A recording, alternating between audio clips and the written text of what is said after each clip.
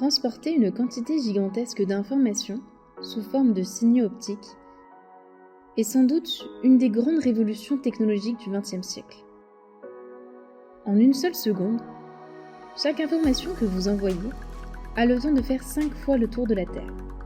Cette prouesse est possible à un coût énergétique 10 fois moindre que la 4G, grâce à la fibre optique.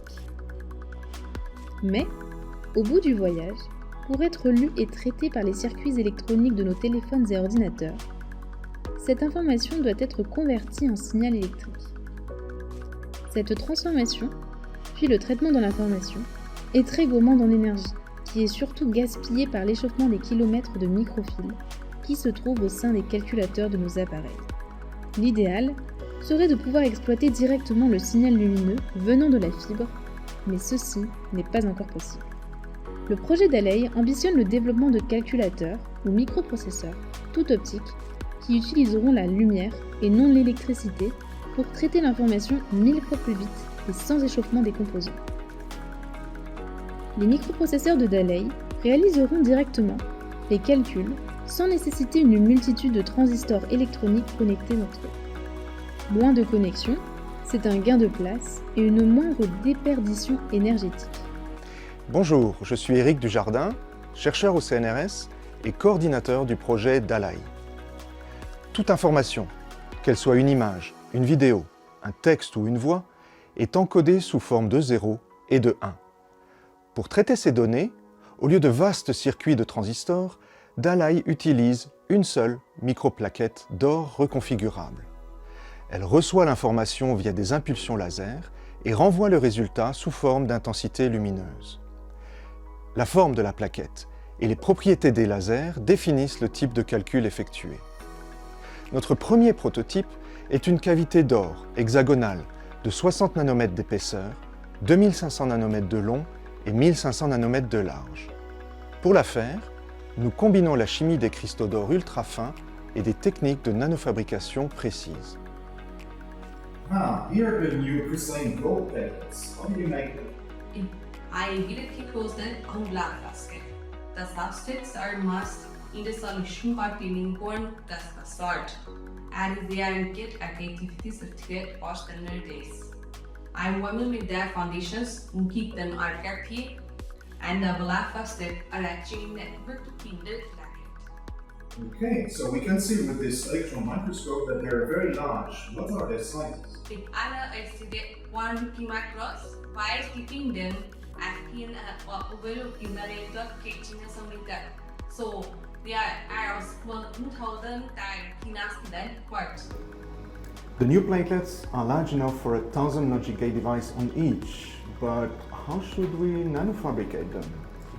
I can use these crystalline flakes into a focus ion beam microscope. The very sharp ion beam will sculpt and remove the gold atoms we don't need, and then we can make any shape we want. And the microscope has an nanometric resolution, and also it preserves the crystallinity of the structure. Yeah, but focused ion beam will make them one by one. Perhaps we have to find another strategy to make them in parallel. So I can create all these patterns using the chromatography at once?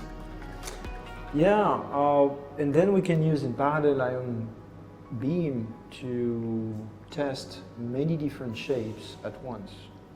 Après la fabrication, la cavité est positionnée sur un microscope optique. 2 faisceaux laser y sont actuellement focalisés, mais nous prévoyons d'en utiliser 4, puis 8, puis 16. Alexandre Bouhelier, notre expert en optique, souligne l'ampleur de ce défi. Alors en effet, pour piloter notre prototype, une impulsion laser ultra courte est scindée en deux pour former 2 faisceaux contrôlés en polarisation, fortement focalisés sur 2 entrées prédéfinies du calculateur. Nous développons déjà une stratégie à 4 faisceaux avec un deuxième objectif de microscope, mais cette approche ne nous permettra pas de piloter simultanément N entrées tout en contrôlant l'ensemble des paramètres utiles au calculateur. Nous devrons inventer une nouvelle approche expérimentale pour gérer la complexité des opérations demandées au calculateur tout en tirant profit des avantages majeurs de notre approche optique, qui est l'incroyable vitesse des signaux optiques et la perspective d'intégrer ces calculateurs avec d'autres technologies de télécommunication optique. Le concept du double hexagone s'inspire du comportement électronique de molécules. Il peut exécuter des fonctions booléennes et même additionner deux nombres simples. J'aspire à effectuer des calculs plus élaborés, similaires à un processeur. Mais contrairement à la microélectronique, inspirée de Claude Shannon il y a 80 ans, nous manquons d'un guide pour des calculs complexes. Dallai s'appuie donc sur des experts, comme Gérard Collat-Desfrancs, pour anticiper le comportement des cavités. Nous cherchons à établir théoriquement et numériquement la forme du signal optique produit par les plaquettes et les conditions pour réaliser des fonctions comme comparer ou additionner deux nombres. Ce travail comporte deux aspects. Premièrement, développer un modèle physique pour décrire la réponse optique des plaquettes de forme donnée, pour voir si elles réalisent une ou des fonctions logiques. Et deuxièmement, tester des formes nouvelles pour réaliser des fonctions logiques de plus en plus complexes et choisies a priori. Une grande variété de formes est possible, et pour chaque forme, il existe un grand nombre de combinaisons d'excitation. C'est donc une méthode directe mais très coûteuse en temps de calcul, et qui repose sur l'intuition pour choisir les formes à tester. C'est pourquoi, en collaboration avec le SIAD, nous essayons d'optimiser les formes par des approches nouvelles qui combinent modèles physiques fiables et estimation rapide de la réponse optique par des réseaux de neurones associés à une approche ontologique. Simuler un composant nous permet d'éprouver des idées, sans fabrication ni mesure. Cependant, nous voulons aller au-delà de notre intuition. Nous envisageons un expert numérique basé sur l'intelligence artificielle pour suggérer la meilleure solution pour un calcul booléen, y compris la conception de la cavité et les méthodes d'entrée-sortie. Pour concevoir une solution en IA permettant d'aller au-delà des intuitions des experts métiers, nous devons collecter, structurer et formaliser les connaissances et les contraintes physiques qui doivent être intégrées dans le processus d'apprentissage automatique. Pour ce faire, nous appliquons une approche collaborative d'élicitation de connaissances pour collecter et sélectionner les connaissances métiers à fournir à la machine. Ce travail est réalisé en étroite collaboration avec les spécialistes du domaine et consiste à mener des entretiens pour l'acquisition des connaissances afin de construire un modèle ontologique capable de raisonner en se basant sur l'analyse de données expérimentales et le savoir-faire des experts. Pour concevoir les portes logiques, on a deux parties optimisées, les formes géométriques et les paramètres des lasers. Comment tu vois ça ? À partir de caractéristiques de départ et puis optimiser des performances, à mon avis, il vaut mieux partir sur des algorithmes génétiques. Et comment ça marche ? En mode Darwin, c'est-à-dire qu'on va générer des centaines de spécimens. Pour chacun d'entre eux, on met des valeurs aléatoires sur les différentes caractéristiques de départ. On évalue la qualité des portes logiques qu'on obtient pour chacune d'entre elles. On garde les meilleures et on les fait se reproduire à nouveau pour que leurs enfants soient meilleurs que leurs parents, et on fera ça autant de générations que nécessaire. Et les meilleurs, on les teste sur le banc optique des physiciens pour vérifier leur performance. Exactement. L'hybridation combine divers algorithmes d'intelligence artificielle. Un algorithme génétique conçoit des formes dont la complexité est analysée par déduction artificielle. Un réseau de neurones appelé CNN évalue ces formes pour la diffusion de lumière, et un second algorithme génétique optimise les portes logiques pour chaque diffusion. Les données sont compilées dans une ontologie pour expliquer les résultats à l'utilisateur.